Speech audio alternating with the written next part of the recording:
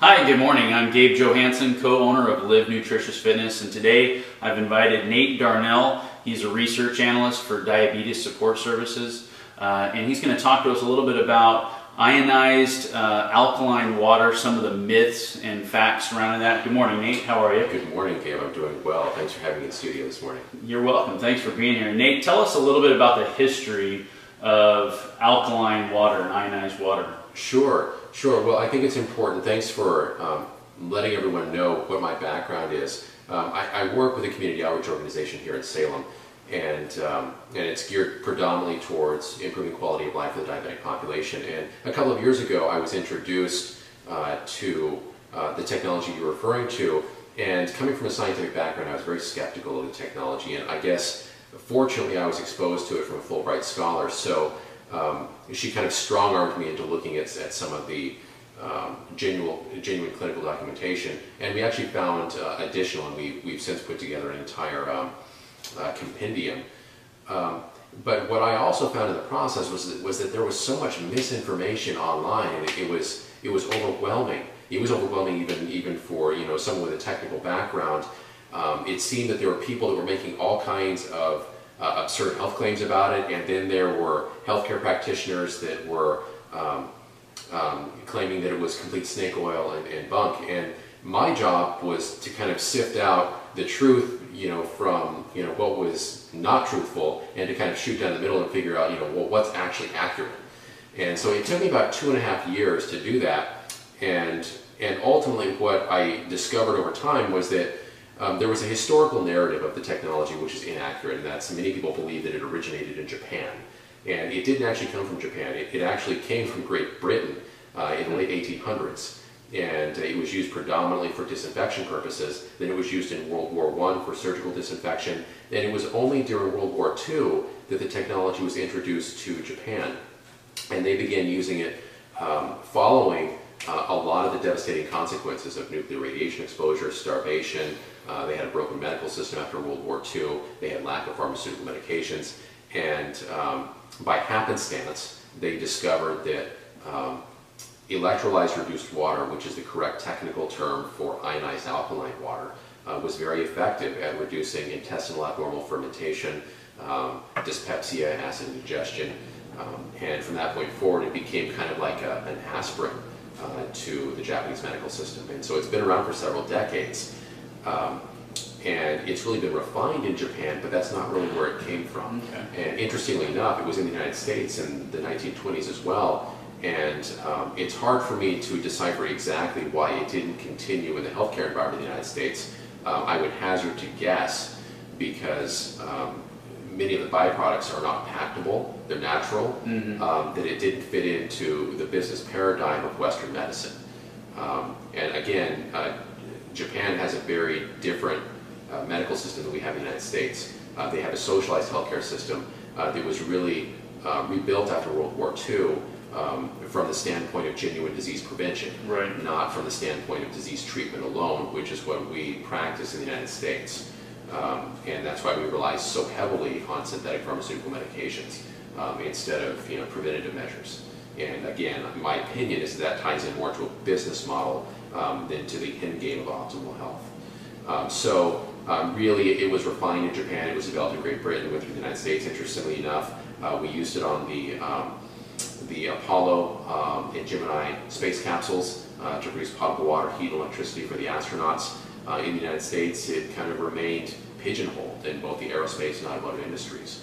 And it really didn't come back to the United States until about 10 years ago. And I think the real challenge was that when it did come back into the U.S. market, it didn't come through academic or healthcare channels. It came through entrepreneurs who, by and large, whether or not it was intentional or accidental, it didn't have a very strong technical background, and they began explaining the technology in a way which was technically inaccurate. Yeah. And this kind of narrative has perpetuated over the past couple of years, and it's contributed to a lot of misinformation about the technology. So many of the claims out there, both for and against, are completely wrong. Well, some of them are completely wrong, and not all of them. There are significant health benefits to be had, but I think first and foremost there's the technology, unfortunately, in many cases, has been sold under the premise that it cures cancer, and this is technically inaccurate. But it follows in line with the concept that the alkaline diet cures cancer too, and this is also technically inaccurate. There are well over 200 different forms of cancer. Some of them respond to changes in alkalinity acidity, some of them don't. But I think what happened was that there was a selling point and there was an emotional appeal, and of course cancer is an epidemic, and it's a tragic epidemic. It's caused by numerous different things, and yes, nutritional intervention does have a significant impact on your risk factors for developing it and your ability to recover from it. At the same time, making the claim that consuming an alkaline solution is going to cure your cancer is patently false. But people will buy it based on that. And I think this is what Western medicine has had the biggest problem with, is that there are people selling it from this vantage point, or selling the technology without having substantial documentation to back up that claim. So when you talk about, you said electrolyzed reduced water is the proper way to call it, not alkaline ionized water. Right. And I think, in my personal preference, is just to call it antioxidant water. Electrolyzed reduced is what we use in genuine technical documentation, laboratory and clinical studies. There's both electrolyzed reduced, which is antioxidant water, and then electrolyzed oxidizing water, which is an oxidizing water, which we can use topically for antibacterial solutions, for instance, like hard surface disinfection.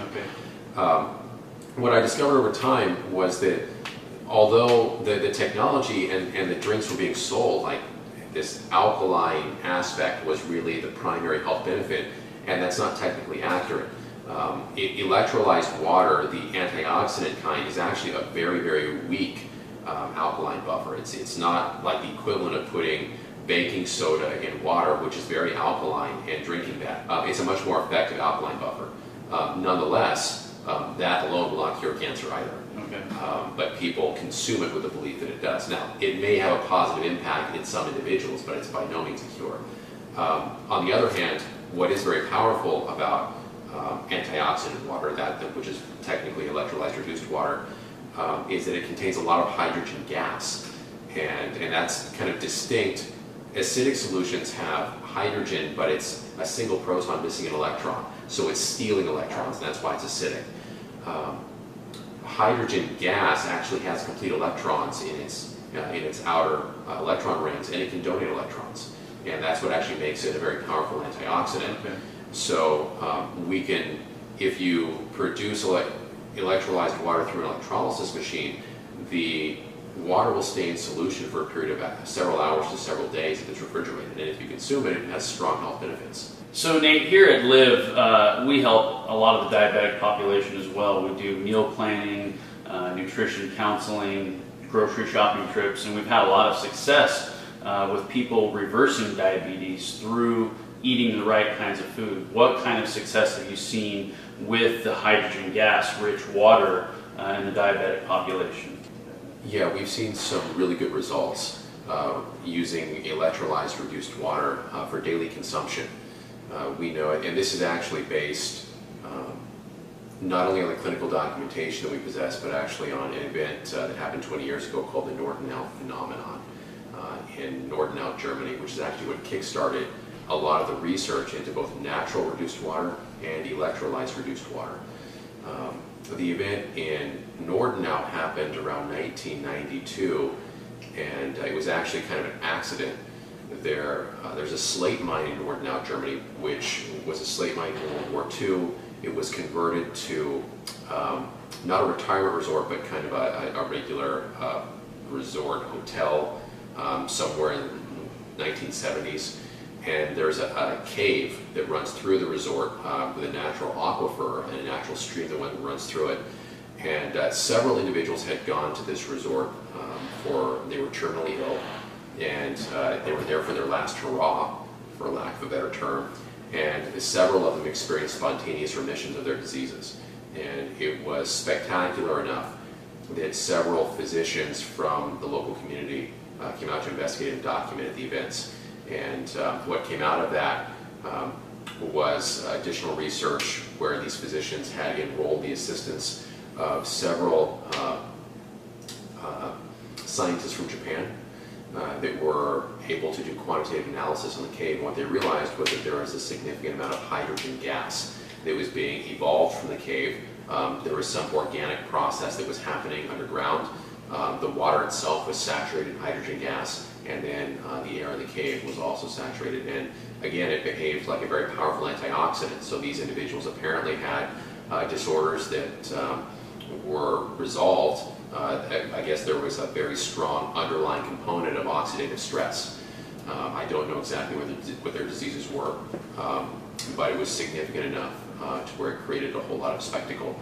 And then a follow-up study was done on several hundred diabetic patients, and what they discovered was that after 6 days of exposure to water coming out of this cave, now called the Darnell water, their biomarkers began changing significantly for the better, and several diabetics were technically non-diabetic, diabetic type 1s.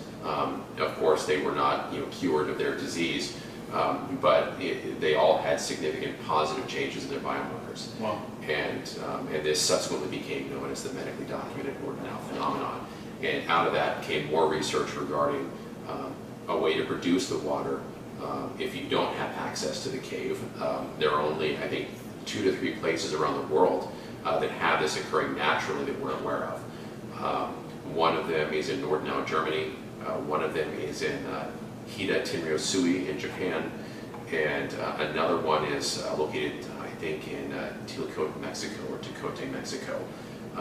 But the only one that has really been highly documented is the Darnell one. And again, many physicians, many healthcare practitioners are unaware of this. As a matter of fact, I've never met a single standard Western healthcare practitioner that has been aware of this document or this study before I shared it with them. I've met a couple of naturopaths that were mildly familiar with it, but not a standard MD. And so I really felt that it was important to start documenting this and making sure that they were aware of it. And again, within the diabetic population, using medically certified electrolytic water generators, we can produce a reduced water as well. And reduced simply means that's technical jargon for antioxidant. That's what we use in the laboratory setting. Oxidizing means that it causes rust. Reduced means that it reduces rust, for a better term. So we could technically call it antioxidant water. Wow. And I think that's easier for most people. I mean, it gets confusing with all the technical jargon after a while, but again, it's really not the alkalinity that's the therapeutic component or the health component. It's the antioxidant potential of the water that has a significant health benefit. Well, I have so many questions for you, Nate, about the water, but thank you so much for answering some of those questions, and I hope that maybe we can do some videos in the future talking about some other questions that we have surrounding that. So it would be hydrogen gas-rich water, an antioxidant water, really be a better way to refer to it. Exactly, and I'd love to come back. Okay, well here at Live, we really strive for optimum health and well-being through eating real food, and we teach our clients how to eat, how to find that and fit that into their day. And so adding this hydrogen-rich water sounds like a perfect way to add to that diet. We look forward to seeing you next time. Thanks for being here.